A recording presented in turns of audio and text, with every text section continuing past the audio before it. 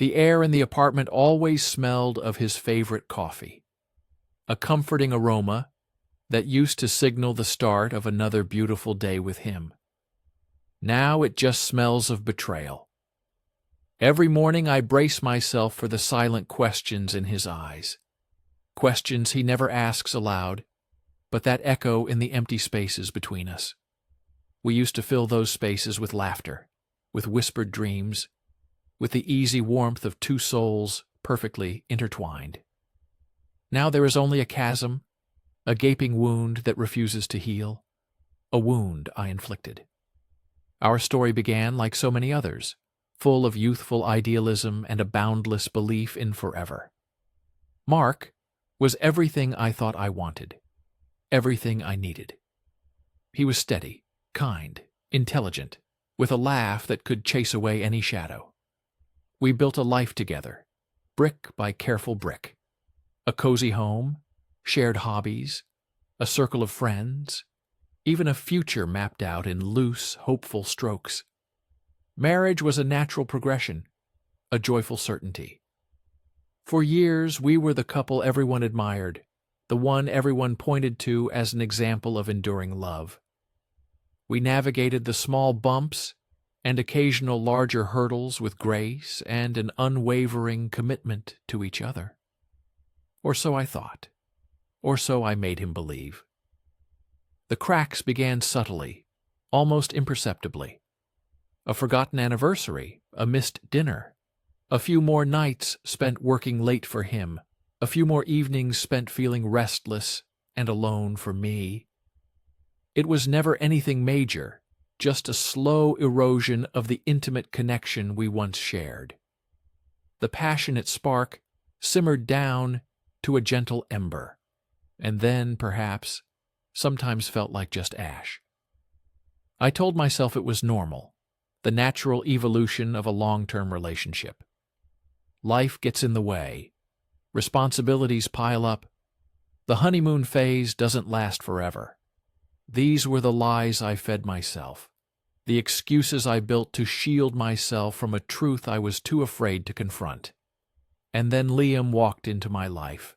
He was a new colleague, effortlessly charming, with an adventurous spirit that felt like a jolt of electricity to my increasingly monotonous routine. He listened to me with an intensity Mark hadn't shown in years. He laughed at my silly jokes.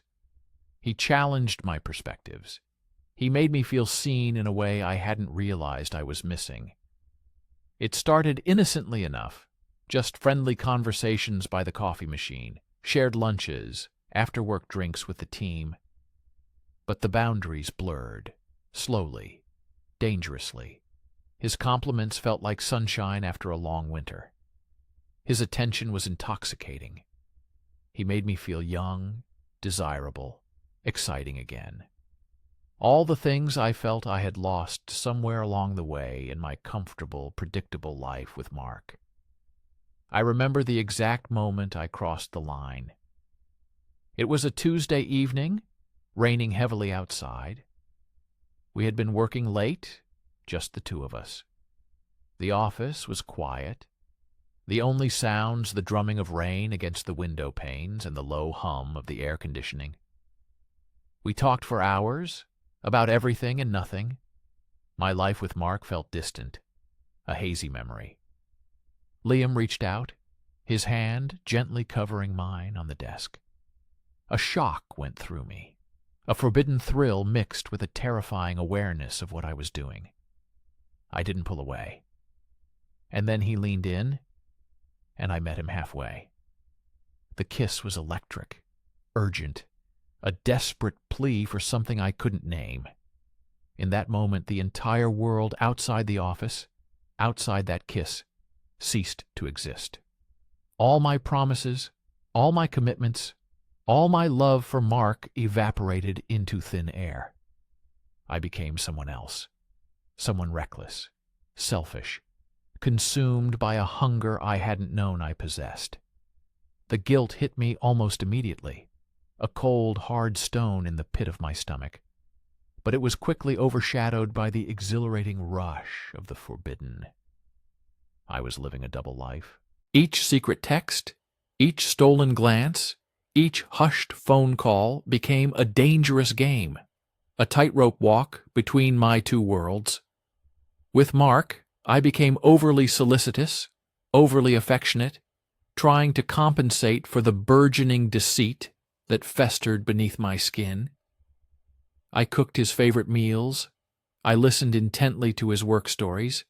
I initiated intimacy, desperate to cover my tracks, desperate to convince myself that what I was doing wasn't real, that it was just a temporary lapse, a fleeting escape. But it wasn't fleeting. It became a pattern, a series of clandestine meetings, whispered conversations, and fervent apologies to myself that I would end it soon, just one more time. Liam was a breath of fresh air, a dangerous drug. He didn't demand anything beyond the present moment, which suited my guilt-ridden conscience perfectly. With him, there was no past, no future, just the thrilling, terrifying now. The deception began to consume me. My sleep was restless, plagued by nightmares of discovery. Every phone call made my heart race. Every casual question from Mark felt like an interrogation.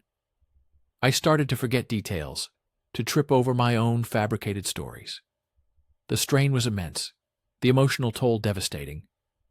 I was a shadow of myself, a bundle of nerves and lies. One evening, Mark came home earlier than expected. I was on the phone, tucked away in the bedroom, my voice low. It was Liam. My heart leaped into my throat. I heard Mark's footsteps in the hallway, approaching the bedroom door. My blood ran cold. I fumbled to hang up, shoving the phone under a pillow. When he walked in, his expression was unreadable. He just looked at me, a long, searching gaze that seemed to peel back every layer of my carefully constructed facade. "Who was that?" he asked, his voice calm, too calm.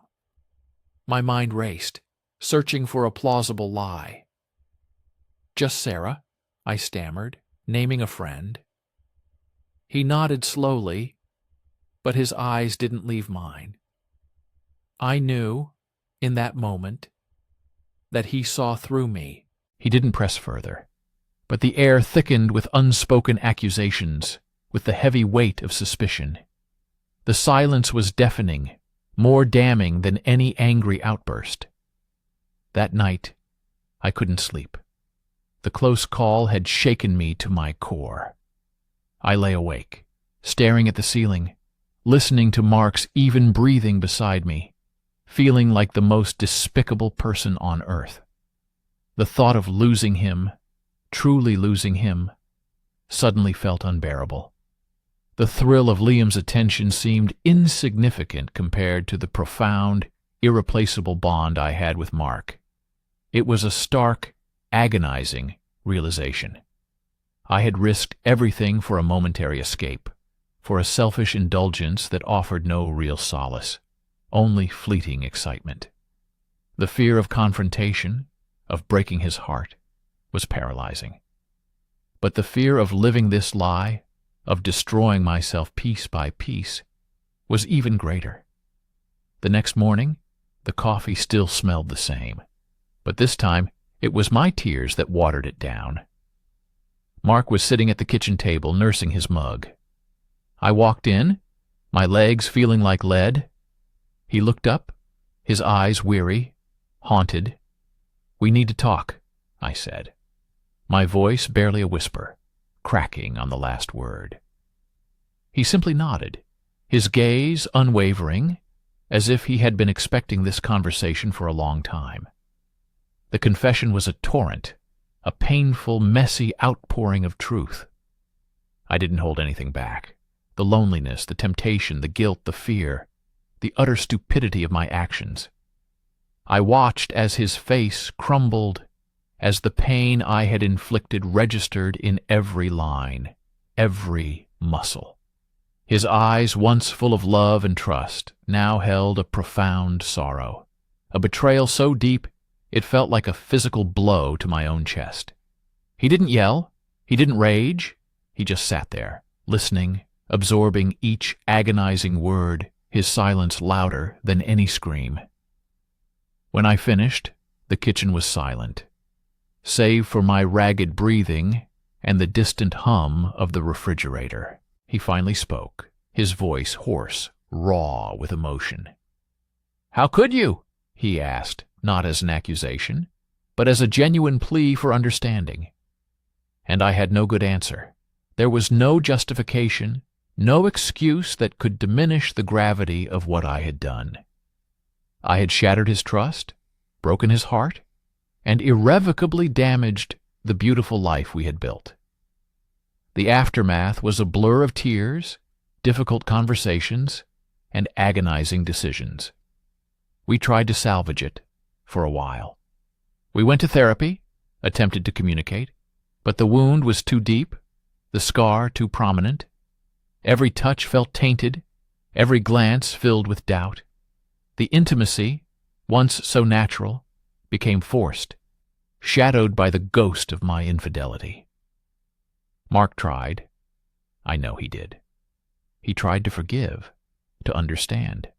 But the foundation of trust had been annihilated. He couldn't look at me without seeing the woman who had betrayed him. And I couldn't look at myself without seeing her either. Eventually, we both acknowledged the inevitable. The love was still there, a faint echo of what it once was, but the trust, the bedrock of any relationship, was gone. We separated. He moved out, taking with him not just his belongings, but a piece of my soul. The apartment feels empty now, devoid of his scent, devoid of his presence. The silence is no longer just the absence of noise. It's a heavy, suffocating blanket of regret. I never spoke to Liam again after that. He was a temporary distraction, a catalyst for my own destructive impulses, but not a solution. The truth is, the problem wasn't Mark, and it wasn't Liam. The problem was me. My insecurities, my failure to communicate, my inability to appreciate the quiet, steady beauty of what I had. I took him for granted, assuming his love was an unbreakable given. I chased a fleeting sensation, a superficial validation, and in doing so I destroyed something precious and real. Months have passed since then, but the pain hasn't faded. It sits with me, a constant companion. I am learning to live with the consequences of my choices, to rebuild myself from the wreckage of my own making. There are days when the regret is overwhelming, when the shame threatens to consume me. But there are also moments of clarity, moments when I understand that this profound loss is a lesson, a harsh, brutal lesson in humility and accountability. I shattered someone's heart, and in doing so, I shattered my own. I often think about Mark, hoping he finds peace, hoping he finds someone who will cherish him, who will never inflict the kind of pain I did. I hope he can heal. For myself, I carry this burden, not as a punishment, but as a reminder of the fragility of trust, the immense value of honesty, and the devastating power of a single selfish act. My story is a cautionary tale, a testament to how easily something beautiful can be broken, how quickly love can turn to ash, not by external forces, but by the insidious erosion from within. I ruined my own happiness, and I ruined his, all because I lost sight of what truly mattered. And for that, I will forever be sorry. The ghost of our love haunts these empty rooms, a constant, silent testament to a betrayal that changed everything.